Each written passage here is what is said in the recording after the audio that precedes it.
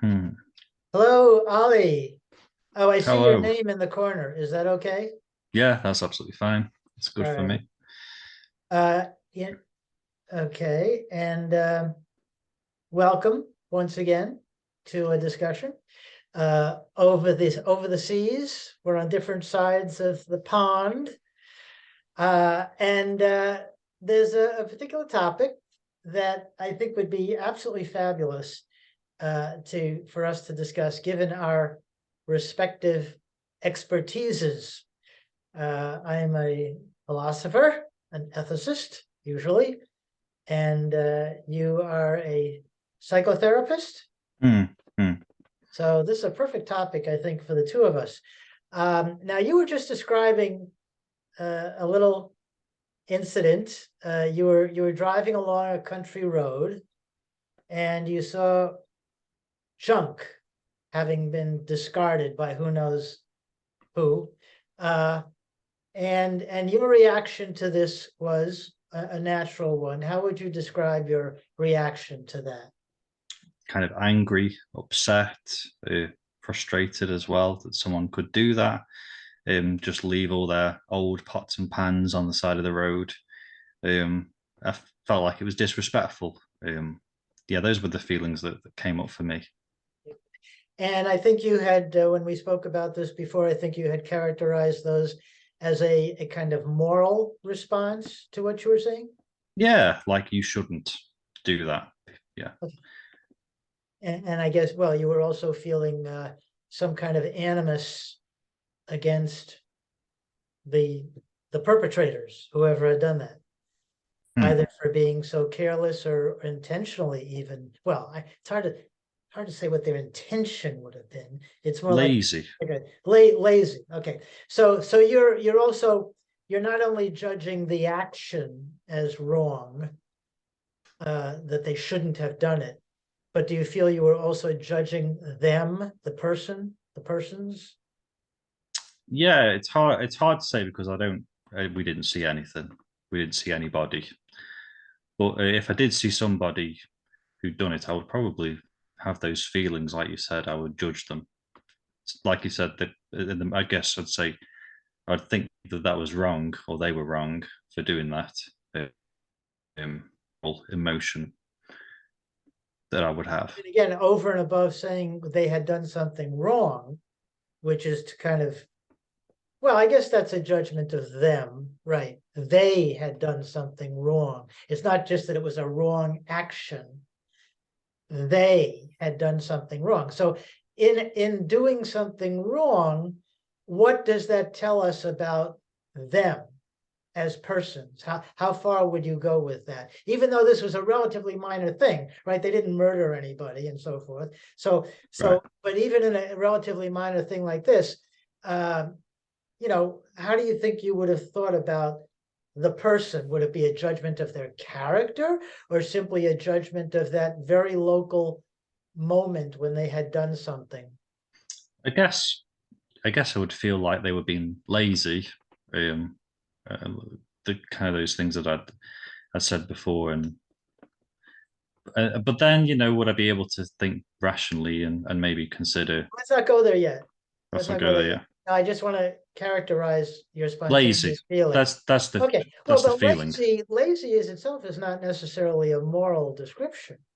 I mean, it's one of those words, I think we call them heavy terms, Yeah, which are both descriptive. That's just saying the way the person is without judging them.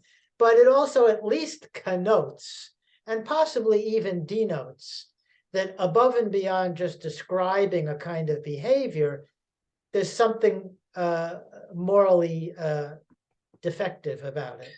is there a word for that then? Like a mixture of Yeah, lazy, that term heavy is used in my field anyway. Heavy like a terms, which thick. partake of the Yeah. moral as well as the descriptive. But what would be a word then that would describe more what I'm saying then? Lazy plus disrespectful. Well, I'm But saying the word lazy itself can yeah, carry that as a heavy term if you think of it as not only being purely descriptive, but also evaluative. But right, if we wanted to, okay, I'm glad you're pushing this because yeah, if we wanted to say, okay, lazy is just a descriptive term. But if we want to then assess the person for being lazy, evaluate them in a moral way, how would we characterize that?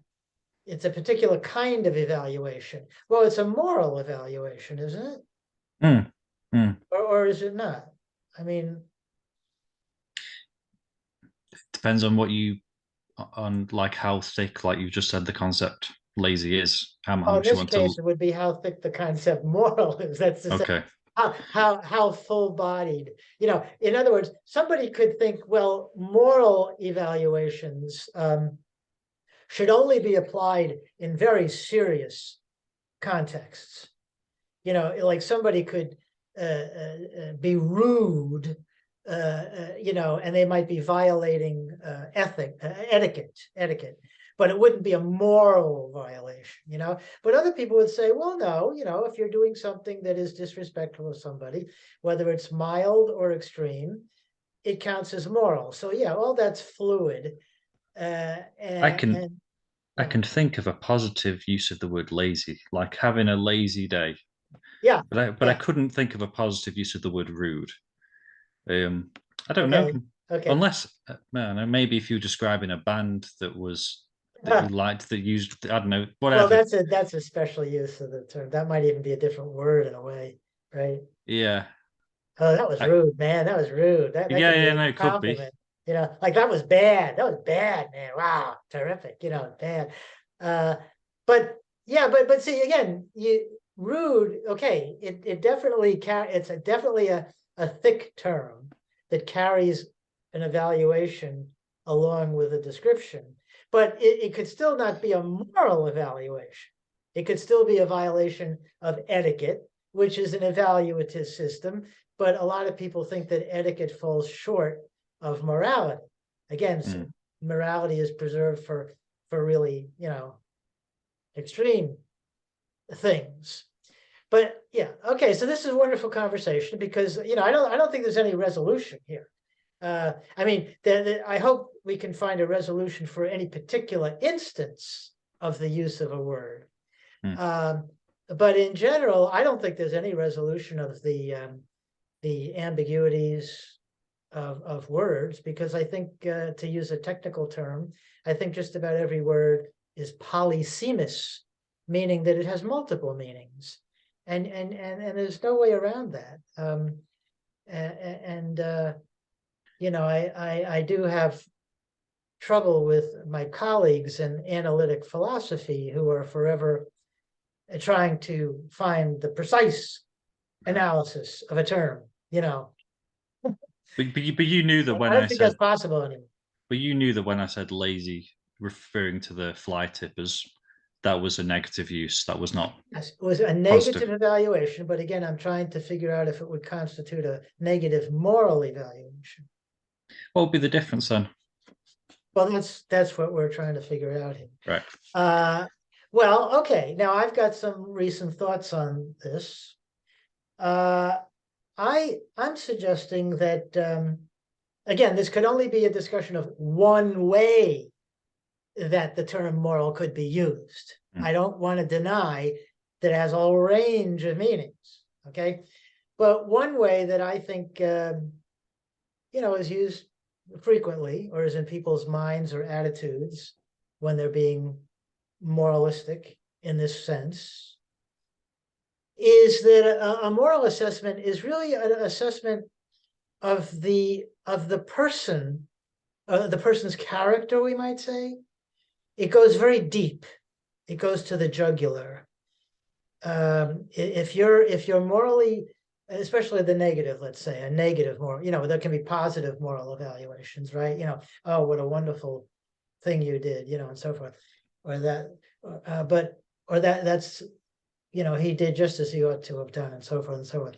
But the negative is where most of the problems lie, of course, and probably most of our use of moral language is to make negative attributions. So my current idea that I'm toying with is that if we make any kind of really full-blooded, full-bodied moral assessment of somebody, we're making a judgment that they are a bad person through and through, not just with respect to this one little thing they did or one big thing they did, which they could atone for or something like that. But no, they're a bad person. There's something defective in their character.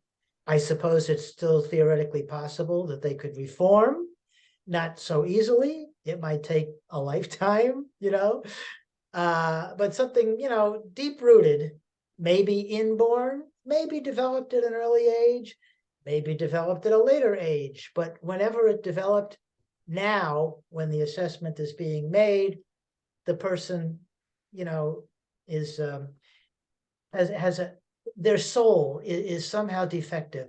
They have an inadequacy in their humanity, in their personhood, something like that, very deep. Now, does that strike you as an extreme way to think about moral judgments? No, not at all. And I think once you've been projected as this kind of person, a lazy person, or evil, it's incredibly hard to drop that, to change, because you've almost had your personality fixed in time. It's very hard to like redeem yourself, or you said atonement, and quite religious words that we just used there. But it's very hard to outgrow some of those projections that you've been characterized as, if that makes any sense. Makes sense, yeah. But again, all right, so you characterize somebody as lazy or anything else, right? Or even like wonderful, whatever it is. Yeah, that could stick. But again, I'm asking, does it stick not only as attributing a trait to the person, Yeah. That's a lazy person, Yeah. but to their essence as a person, as being a bad person because they're lazy. The laziness is a manifestation of something much broader, goes way beyond and far deeper than mere laziness. 100%. Yeah, they're fixed with that characteristic. Okay. All right. Well, that's been my hunch too, which is why I got on my whole, hobby horse about amorality, about suggesting that we dump morality, dump moral attributions altogether, because they're way out of line. Somebody could instantly reply to my making that suggestion that we just dump morality as itself an extreme suggestion, an extreme reaction, possibly even a moralistic reaction, because they would say, well, look, okay, yeah, morality, the whole notion of morality makes us prone, or at least liable, to excess on occasion.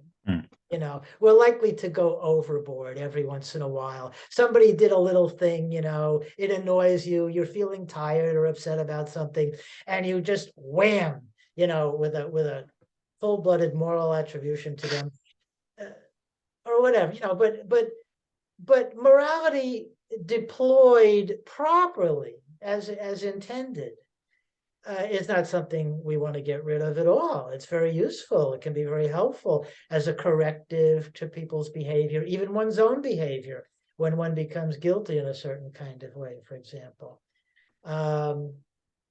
which might be a good thing to feel because you've just thrown some litter on the side of the road,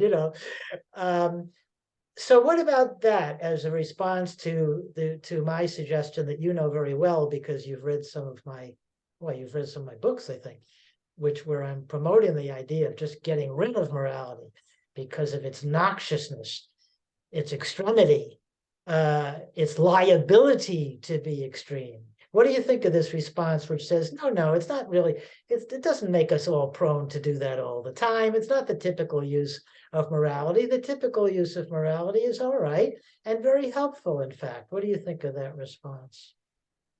I wonder whether the typical use is to create feelings of superiority, like don't know if that's what you're saying, if it's similar, but that's quite a common use.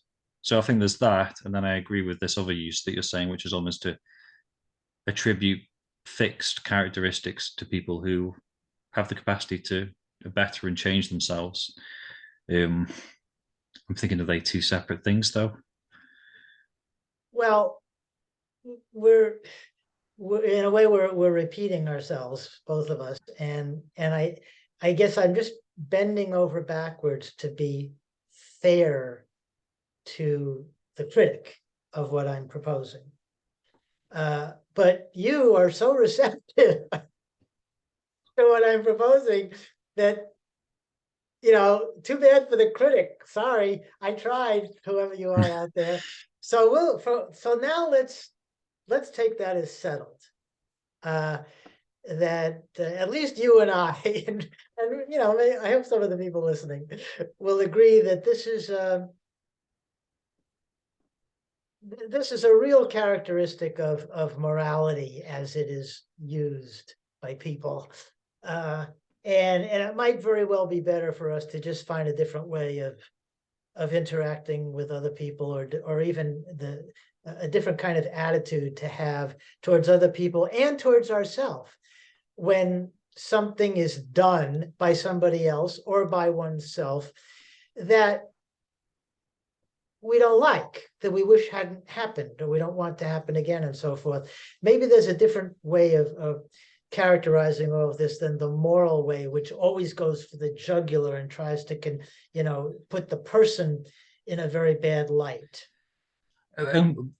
Just to reflect on that, one word that I keep seeing come up in your writing, and I think other sort of era theorists, amoralists, is impotent as a description of morality. It's impotent. It's like using these negative words to describe the person who threw all the litter on the floor, getting really angry about it. But the anger is not directed at anything. It's pretty pointless. It's just sort of floats in the air, and it has no effect on the world. It doesn't improve any situation. It's just purely impotent. And I wondered if that's a similar. I don't know why I'm saying that. Sorry, is that good? I oddly, and I mean, you say you keep coming across it. I don't recall coming across that word, but I understand exactly what you're saying. I don't think I've used that word in this context, but I think I know exactly what you're saying. And it's it's very strange because on the one hand, my overarching philosophy of everything now is I call it yes and no. Okay, I could call it two hands as well. On the one hand, yeah, exactly what you said. Okay, we don't need the moral anger. It's not adding anything. It's not helping at all. It's just venting. Let's deal with what actually the issue is, like people trashing things on the side of the road. Okay, but on the other hand, people like me, the people who are very much trying to get rid of morality from our attitudes and everything, we're doing that not because we think moral anger is impotent. On the contrary, we think it's highly destructive. We think it adds an element of animosity to any kind of interaction, and creates its own problems. And another term, but the term I come across, or the type of term I come across, it's not impotence, but a double, oh gosh, just listen, double. This is a term from Ronnie de Sousa. Oh, I'm sorry, Ronnie. Double what? When there's a moral attribution, there's a certain, we might say, descriptive attribution. You just are lazy, right? And then there's the second thing, the double. That's where the double comes in, the moral attribution. And he says, it's superfluous. So that's the thing you were talking about, is impotent. It's superfluous. Let's just get rid of it. But I think he would agree with me also that it's not merely superfluous, it's also damaging. It can be. I think it can be a way, though, for people to think that they're doing something about a situation. This is why I think impotence comes in. think that they're doing something about a situation, Oh, and they're actually not doing anything about the situation. They're just enjoying oh, themselves, you know. okay. Right. So yeah, Okay. like the Right. situation, like nothing's happened to the situation, um, All right. other than yeah. Okay. Yeah. But see, right. Exactly. But again, I'd still hold out for the double part, because let's take a case like that. What immediately jumps to mind, and you also had a few minutes ago mentioned something about superiority, right? Mm. Well, this angry venting, I think of politicians. I think, well, it's a way of, setting oneself apart on a pedestal of righteousness, you Mm. know. And again, this, once that goes to people's heads, this is the cause of right. God is on our side. Well, this means war. Literally, this means war in many cases throughout history and in the present day. When people that get so worked up with this self-righteousness, which, as you say, in itself is impotent, but it has all these other psychological effects, I would argue. Other people would argue. So I guess it's either impotent or it makes the situation worse, and that both. Oh, worst of both worlds. Mm. Yeah. Okay. Well, anyway, but now I want to, I mean, this is all fantastic, but I did want to, at some point, steer the conversation to a particular topic that had occurred to me a while ago. And I suggested to you that we discuss it. You said, right on, because, it's the topic that I felt you especially would have some terrific insight on, although it seems that you have terrific insights on any topic I bring up. So it's this. In my now 15 years of attempting to rid myself of moralism, I have to admit defeat.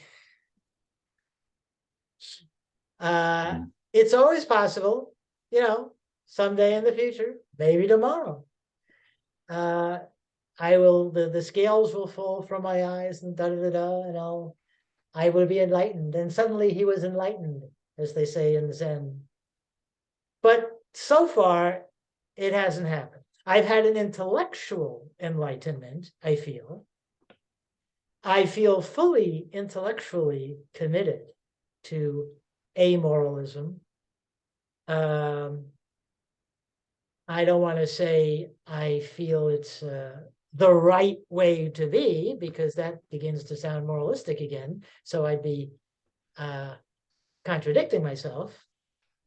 And that's always a risk for an amoralist, to get moralistic about their amoralism. But I think I know, how to sidestep all that stuff and end up with a coherent system, a coherent way, a coherent psychological attitude that is not in any way moralistic. I can describe this, verbally, logically, and so forth. And a lot of the time, I can actually implement it in my own behavior. I can recognize it in other people, on many occasions. All right. But I would have to say, by and large, if I'm in a difficult situation, like you, driving down the road, and I'm suddenly, usually it's like when you're taken by surprise, right? And life is full of surprises, oh, here's this beautiful countryside, and look at that trash on the side of the road. I think my immediate response would be exactly like yours. It would be a moralistic response. I would be thinking, oh, this is terrible, bad, whoever, and then, carrying that out in the moralistic projection or progression or degression or whatever.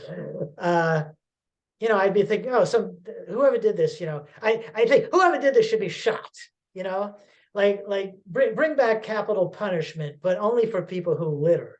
I mean, I've definitely had that thought, not, of course, literally, but that's the kind of feeling that if I'm driving down, if I see in the car in front of me, and a hand comes out the window and they just throw this cardboard or plastic hop out the window onto the road while they're driving down the Mm. road. Really, I think bring back capital punishment. What do you mean bring back? We still have it in the United States. Oh yeah. But not for anything else. I don't care if they murder somebody, whatever. But so Okay. yeah, of course, if they were murdering somebody, I'd feel the same thing then too. But I'm just saying it can be summoned up, in all sorts of situations, and then much more seriously than that, in when you're in an interpersonal reaction and things are getting intense because you're having an argument with somebody, not a philosophical, logical argument, but an emotional argument. It can so quickly and so easily turn into mutual recriminations and moral animosity. All right. So, well, first of all, so let me ask, first of all, oh, this is weird. I just got a notice in another language. Oh, All right. you're on I holiday. assume that means, yeah, we have 10 minutes to go. If we'll just, start it up again if we run out of time, and then I can splice the video if we want to actually post this. Actually, the video splices itself, I think, if it just cuts off and starts again. Anyway, all right. So given that, first of all, do you agree that even if one is intellectually convinced that morality is a myth and probably a relatively net harmful myth, even then one could still have as one's natural default psychological response moralistic responses? Does that sound correct to you? Absolutely. It sort of Okay. leaves a trace. Okay. So given that, all right, I want to know, what can we do about it? Because you see, I had thought originally, when I first had my, I call it my anti-epiphany 15 years ago on Christmas Day, as it happens, 2007. I suddenly realized that morality is just a myth. Um, and then I had to think about it for quite a while, a year at least. But when I finally figured out what was going on there, it seemed to me, well, now all I have to do is spread the word, convince other people that morality is a myth. I'll just give them the arguments. Now, I mean the logical, not the emotional arguments, the logical, rational arguments that I had come up with myself as the reasons why morality is just a myth and a harmful myth to boot. And that's it. And then the world will be changed and it'll be a much better world. And by better, again, I don't want to have any objective value here at all. By better, all I mean is a world that we like more. We like it. It's not better in the sense of some moral goodness will prevail, not better on that kind of moral scale. But by better, I just mean, no, most people, I think, will like the world more. They'll be happier in this world if people stop being moralistic. But as I say, after 15 years of being an ardent anti-moralist, amoralist myself, thinking about it constantly, trying to implement it in my behavior and in my feelings constantly, discussing with people like you constantly, writing how many books to date? I think 7. It's still there. It's still there. So I come to you, Ollie, as a psychotherapist and say, does this now belong to your bailiwick? It's an incredibly hard question to answer. And I'm guessing as well that a moralist could use that as an argument for their position, that the difficulty of breaking free from the shackles of morality could in itself be an argument for morality. Although, if it turns out that, you know, men are naturally warlike, or like to beat their wives, or at least have the wives be submissive and things like that, you know, I don't think we would consider, even a moralist, I would hope today, well, today I'm only talking about liberals, of course, right? All these assumptions I'm making. A liberal moralist would say, well, no, even if it's an ineradicable, genetically wired in part of the male psyche to have these attitudes, no, that's not an argument in favor Right, of it, right? So right. that would be my response to that. But I shouldn't interrupt you. Continue. Well, you take a situation like fly tipping, someone just leaving junk on the side of the road. Explain what that is. I had to look that up because it's not Oh, an sorry. American term. I thought it was American, and I we just, used it at in least Britain. I don't know it. So Oh, okay, yeah, explain. yeah. So just if you like, you take a whole bunch of things that you don't want that you want to throw in away, but you can't find any place to put them, so you just shove them in a field, dump them in a field, and leave them there. That's fly Yeah, tipping. yeah. I don't know why it's called fly tipping, but there we go. And I suppose, like, my question to you would, what would an amoralist person do in response to that situation, or Oh, yourself as an that's an amoralist? easy one. Easy, okay. That's an easy one. Go on. What would do? Well, okay, so we begin with my response as an amoralist, as a pure amoralist, Hmm. and somebody who doesn't like littering, right? Because I might like littering, right? Who knows? People have weird desires, weird taste, right? Somebody could find it aesthetically pleasing to see that, all right? But it's you. But It's still you. yeah, yeah, but okay, so given me, Joel Marks, you're Yeah. asking. Yeah, okay, right. So no, I don't like it. All right. So my response would be, I don't like it. You know, I think it's ugly and harmful to the environment, and it's just unpleasant and everything. I don't like it. I wish the world did not have such things. Well, so I would then just do the things that people already, even moralists would do. You know, I would try to raise awareness of it. I would try to educate people, you know, I would try to maybe get the government involved, maybe some kind of stiffer fines for littering. You know, there's nothing unusual here. There just wouldn't be that extra um, uh, of the moral animus. Oh, the people who did this are monsters, evil, or have defective characters, or, you know, that's not going to help me appeal to them to stop littering, to tell them they're awful people. And I don't think it's going to help even to get everybody else with the pitchforks up, you know, trying to. Right. Right. So here's something that I've been thinking about. Because I've been thinking a lot about things like depression and anger, and I tend to find that they're very much directed inside. Like, I hate that. I think that it's very me. Rather than, whereas what you were saying before about maybe an antidote to this would be to think outside of yourself and think about, well, what could you do about this? What about the situation? What can we do about the situation? Rather than almost obsessing about me and I'm so angry and I hate this.